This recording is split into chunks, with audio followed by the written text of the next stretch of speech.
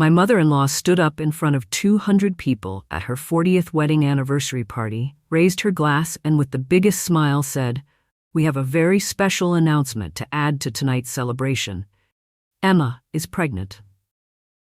The clink of glasses, the sudden gasps, and the eruption of applause felt like an earthquake under my skin. I froze. My fingers clenched the fabric of my dress under the table. I was only 8 weeks along. My own parents didn't even know. My boss, who was standing a few feet away, holding a flute of champagne, definitely didn't know. Now he did. So did every colleague he would talk to on Monday morning. So did the entire extended family. His, mine, and 100 others who didn't even know how to pronounce my last name. I hadn't even told my best friend yet. Ryan turned to me with a guilty look, realizing the horror unfolding on my face. But it was too late. The crowd had already turned toward our table. People were approaching with hugs and handshakes, flooding me with congratulations I wasn't ready to receive. Someone handed me a mocktail. Someone else asked if we'd picked names. A few people looked at my stomach, clearly calculating how far along I must be. I excused myself and went to the bathroom. I locked the stall and leaned against the cold wall, my breath coming in uneven gasps. My heart pounded so hard it made my ears ring. This wasn't how I wanted anyone to find out. Not like this. Not surrounded by strangers, with no warning, no control. I'd had 2 miscarriages already. The doctor told me to be cautious this time, to wait until after the first trimester when the risk was lower. Ryan and I had agreed. No one else needed to know yet. Just his parents, who we told in confidence, asking for privacy. And Patricia, she'd used it as a show-stopping finale to her party. It wasn't even about the baby. It was about her, making her the center of attention. Again. When I finally emerged, my makeup redone and my composure forced into place, I found Patricia holding court at the center of the ballroom, soaking up every gasp, every "you're going to be such a great grandmother," every question about nursery colors and baby showers. She caught my eye, raised her glass again, and winked. I smiled tightly and found Ryan. He started to say something, but I cut him off with a whisper sharp enough to draw blood. "I want to leave. Now." We left early, making up an excuse about me needing rest. In the car, I didn't speak. Ryan tried to apologize, to explain that he hadn't known she would do that. But the damage was already done. That night, lying in bed with one hand on my barely there belly, I felt the weight of something bigger than just the announcement.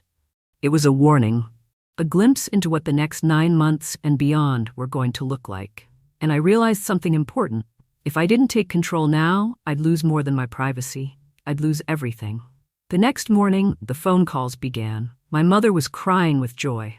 My father, usually stoic, left me a voicemail saying how proud he was. My colleagues emailed me baby name suggestions. One of my students' parents even sent a teddy bear to the school addressed to Baby Davis. Every ring, every ping, every notification made my stomach twist tighter. I wasn't ready. I wasn't even sure this pregnancy would hold. I wanted to scream.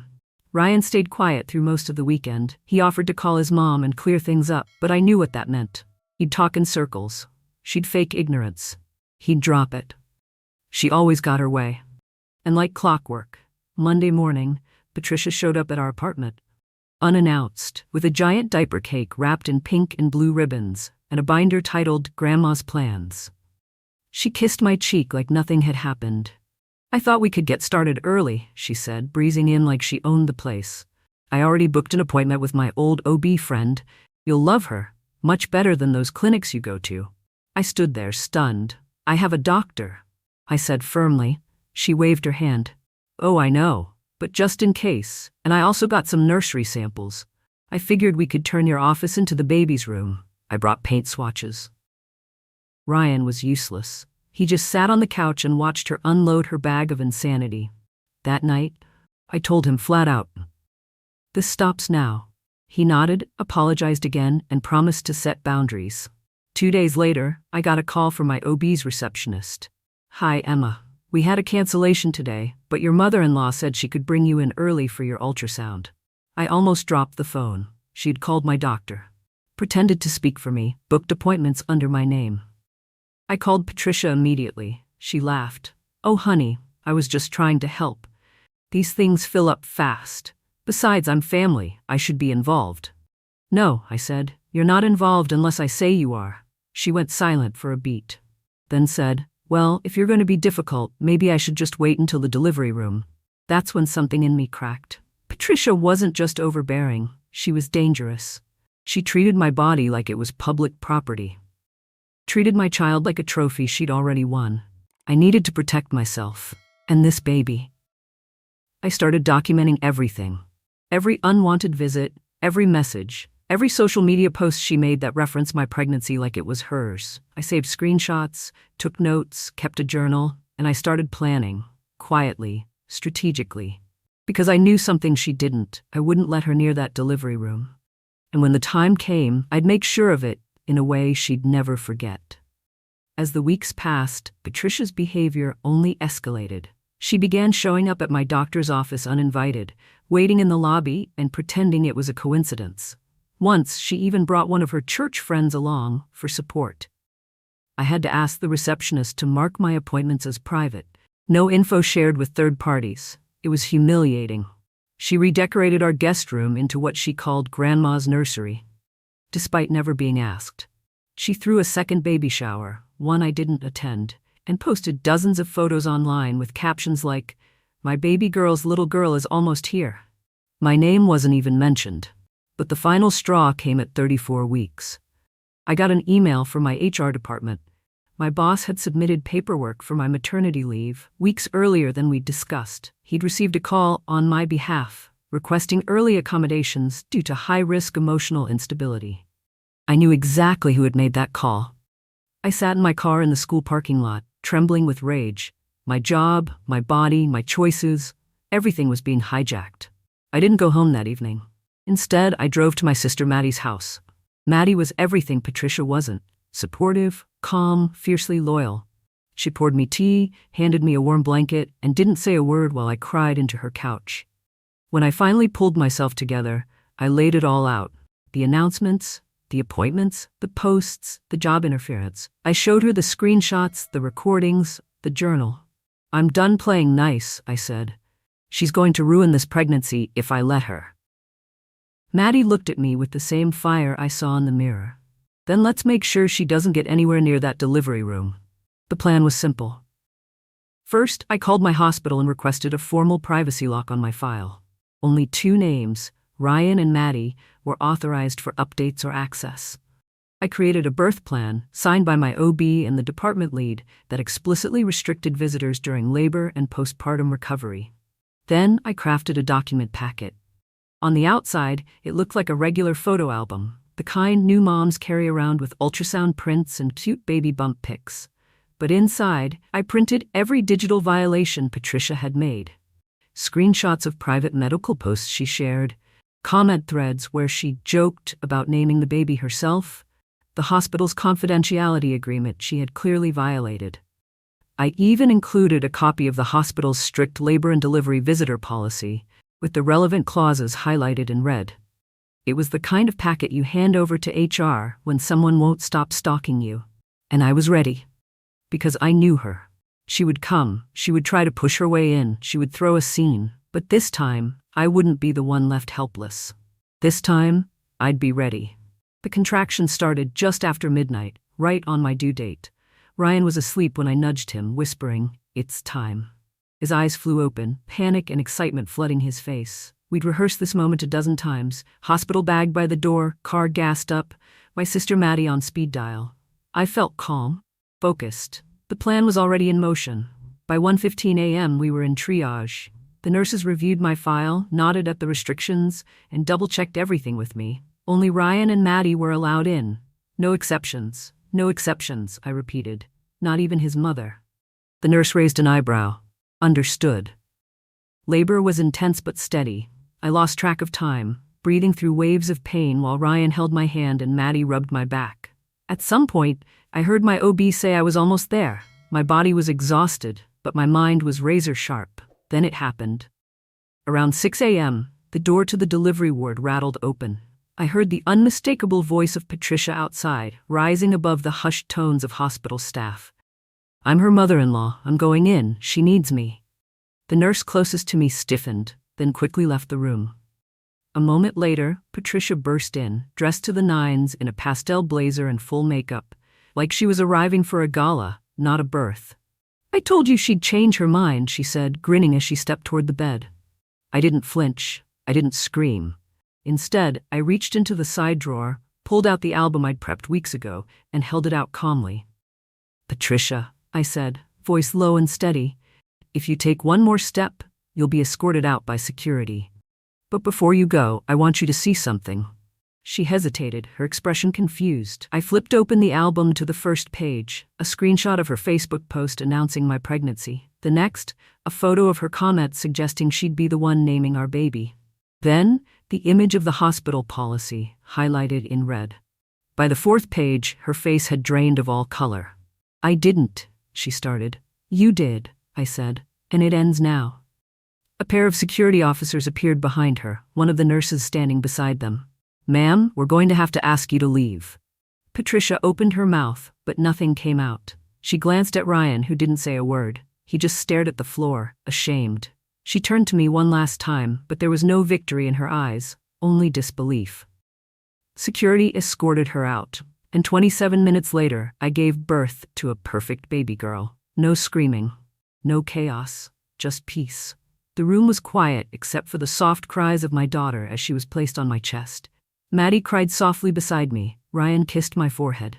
I looked down at the tiny, wrinkled face against my skin and whispered, "You're safe. I promise." In that moment, I felt something stronger than pain, stronger than fear. Control, boundaries, motherhood. On my terms. 3 days later, still recovering but stronger than ever, I sat beside my hospital bed with a notepad in hand. It was time to set the final rule. Patricia would not meet her granddaughter until she completed a certified grandparenting class focused on boundaries, consent, and emotional respect. Ryan delivered the news. She screamed, she cried, she tried to guilt trip him, but he stood firm this time. And for the first time since I married into that family, I felt like we were building something new, something healthy. It took 9 months, a plan, and the strength to say no. But I did it, and I'd do it again in a heartbeat. 3 weeks after we brought our daughter home, Patricia showed up at our door. Uninvited, again. This time, she stood on the porch holding a bouquet of tulips and a plastic bag filled with baby clothes that still had the tags on them. I saw her through the peephole before she even rang the doorbell. Ryan was in the kitchen, feeding the baby. Maddie was still staying with us to help with the transition. I didn't hesitate. I opened the door just enough to speak, keeping the chain locked. "Patricia, we talked about this." Her face flickered between a practiced smile and visible annoyance. "I just wanted to drop off a few things. No touching, no drama. You were told, clearly, that you're not to come here until you've completed the class." She pressed her lips together. "Emma, I raised 3 children. I don't need a class to teach me how to love my own granddaughter." I took a deep breath. "It's not about love, it's about boundaries. You've crossed every one I set during my pregnancy. This is non-negotiable." For a moment, she stood there like a statue. Then, as if flipping a switch, she softened her voice. "You're keeping her from me." "No," I said, "I'm protecting her from your need to control everything. I won't let you rewrite this story." The silence was thick. Patricia's eyes narrowed, and she dropped the bouquet on the porch with more force than necessary. Then she turned and walked away. I closed the door and didn't look back. Later that week, Ryan received a formal apology email from her, stiff but surprisingly without any guilt tripping. Attached to it was her registration for a certified online course titled Healthy Grandparenting: How to Support Without Overstepping.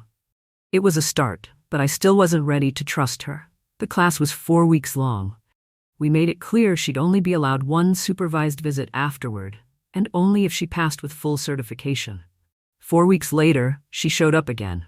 But this time she asked for permission first. She brought her certificate, laminated of course, and wore jeans and a soft sweater instead of one of her usual showy outfits. She looked nervous, like a student reporting to the principal's office. I let her in. Ryan sat beside me. Maddie was there too. She didn't reach for the baby. She didn't take over the conversation. She didn't even comment on how the nursery was arranged. Instead, she said something I never expected. "I realize now that I didn't respect you as the mother, and I'm sorry." The room was quiet. I watched her for signs of manipulation, of insincerity, but there was none, just fatigue. And maybe, finally, a little humility. I handed her my daughter. She held her like something breakable. No tears, no performance, just stillness. That night, Ryan and I sat in bed while our daughter slept between us. "She's trying," he said. I nodded. "But this time, it's on our terms." And for the first time since the toast at that damn anniversary party, I felt like this chapter had finally closed. Not with an explosion, but with a quiet reclaiming of power. A month passed. Patricia kept her distance, but for once, in a respectful way. She asked before visiting. She didn't post a single photo of our daughter online. She stopped introducing herself to people as the grandma of the miracle baby. And when she did visit, she sat quietly, observed, asked questions instead of making declarations. It was strange, but peaceful. One afternoon, while Maddie was over helping me reorganize the baby's closet, Ryan walked in with a small envelope. "It's from my mom," he said cautiously. Inside was a handwritten letter, not a card, not a monologue filled with backhanded compliments. A real letter, ink, not email, no glitter, just her words, vulnerable in a way I'd never seen before. She wrote about her own experience with motherhood. How scared she had been when Ryan was born, how no one respected her choices, how she felt invisible once she became just the mom. She admitted she'd tried to overcompensate for her own past by taking over mine, and how that had led her to betray the very thing she claimed to protect, our trust. "I was so afraid of being left out," she wrote, "that I forced my way in." It hit harder than I expected, because for all her flaws, and there were many, she was still a woman who had once stood where I stood now. She just hadn't known how to let go. I didn't cry, but I didn't throw the letter away either. A few days later, I invited her over. Just her. I handed her the baby, still swaddled from her nap, and sat down beside her. "She'll grow up knowing boundaries," I said, "but also forgiveness." Patricia looked down at her granddaughter, blinking quickly. "No photos," I added with a half smile. "Of course," she said softly, "this moment's just for us." In that quiet living room, without an audience, without a script, I saw the woman behind the chaos. Not perfect, not excused, but maybe finally changed. And that was enough. Our daughter turned 6 months old last week. She's healthy, curious, full of laughter, and has Ryan's eyes. Most days, I still wake up in awe that she's real, that she made it, that we made it. Patricia now visits once a week, always scheduled, always brief. She brings books instead of unsolicited advice. She asks before holding the baby. She even babysat once for 45 minutes under Maddie's supervision. And she did fine. I wouldn't say we're close, but we're civil, respectful. And that, frankly, is more than I ever hoped for. Sometimes I still think back to that night at the anniversary party, the flashbulbs of cameras, the clinking glasses, the sound of my life being announced without my consent. I remember the silence in the bathroom stall, my hand on my stomach, terrified I'd lose the baby because of the stress. But I also remember standing my ground, drawing the line, and not moving it, even when it meant awkward holidays, hard conversations, and moments of deep resentment. Because protecting your peace as a mother doesn't always look graceful. Sometimes it looks like a locked hospital door. Sometimes it looks like printing out receipts. Sometimes it looks like saying no 1,000 different ways until someone finally hears yes in the boundaries you're no longer afraid to enforce. People think revenge is about pain. But for me, it was about clarity. Clarity that I decide the story, not Patricia. Not the pressure, not the past. And in the end, the sweetest revenge wasn't watching her escorted out by hospital security. It was watching her, 6 months later, sit quietly on my couch, no cameras, no declarations, just gently reading a board book to the granddaughter she almost lost the chance to know. On my terms, and that's a story I'll never let anyone else tell for me again. What did you think of this story? If you were in my shoes, would you have handled it the same way? Drop a comment and let me know where you're watching from. Vote Tasha Team Emma if you believe boundaries are love. And don't forget to subscribe to EN Reddit Story, where true stories meet the justice they deserve. Every single day.